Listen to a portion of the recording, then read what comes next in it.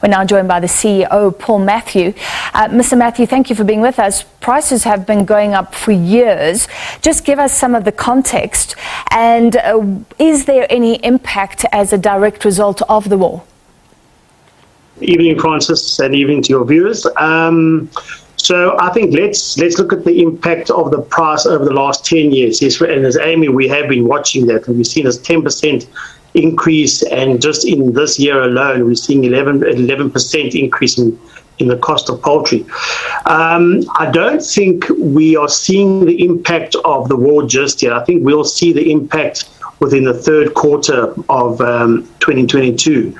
But what has happened over the years, obviously with the tariffs that have been put on to import poultry, that is causing a huge climb, because obviously the local producers then just take whatever that tariff percentage is and match their prices.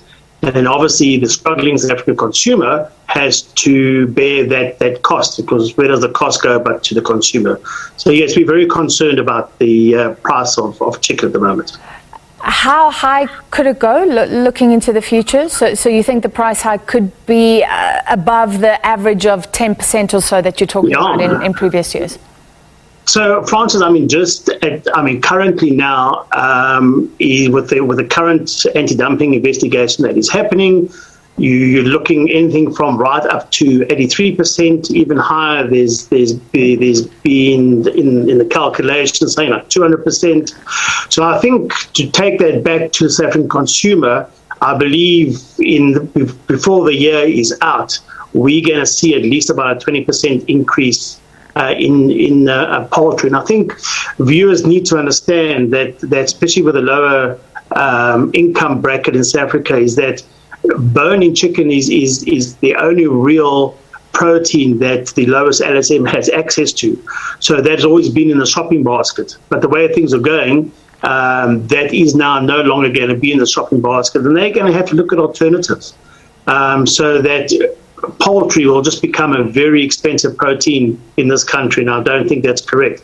And therefore, that is why Amy is reaching out to government and saying, you've given us relief on fuel, you've given us relief in terms of sugar tax, let's please have a relief on these tariffs so that we can ensure we can bring down the price. And we've already forecast and had a look that in the current prices, just in the Gauteng area, we can probably see a reduction of at least 33%, hoping that the retailer as well gives that back to the consumer. So it can be done.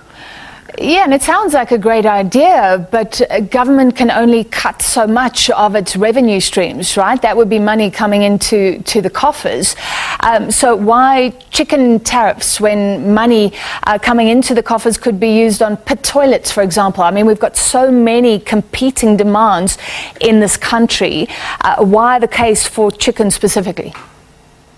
So obviously, yes, the tariff is another tax, but we're not asking that this actually continues. What we're saying is they just give us a bit of a breaker so that the South African consumer coming off COVID-19 can recover.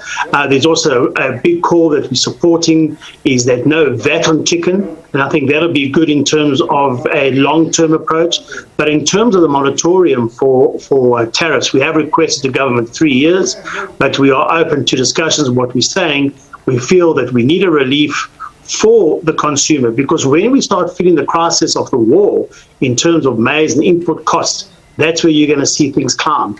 And if we're not prepared and have systems or things in place now, then the consumer is really going to feel that towards the end of this year. We'll be speaking to the local poultry industry shortly. Mr. Matthew, they're saying that this could decimate the local industry, so I'd just like to give you a chance to respond to that. Yeah. So, Francis, they've been saying that for the last 10 years. And I mean, if you go into depth in terms of the current anti-dumping investigation, so that the period they called for this investigation saying that there was harm done to the local poultry sector, there's no evidence of that. If you look at think about 85% of poultry is produced in this country by 75% of 6 major players, and they control the industry. So if you look at their financials, making huge profits, big dividends, there's no evidence of any harm that's been done. So it's just a way and a tool to use to get the government to apply tariffs to ensure that they keep the market share.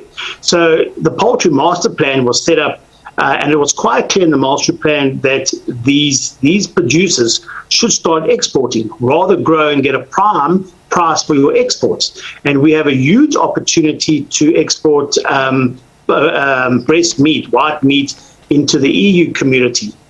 3 years down the line, nothing has been done. So they will cry, and they will carry on pushing and really tarnishing imports. But it's just really to keep market share. There is no evidence that there's harm being done. All right, thank you very much. That was Paul Matthew, the CEO of the South African Association of Meat Importers and Exporters.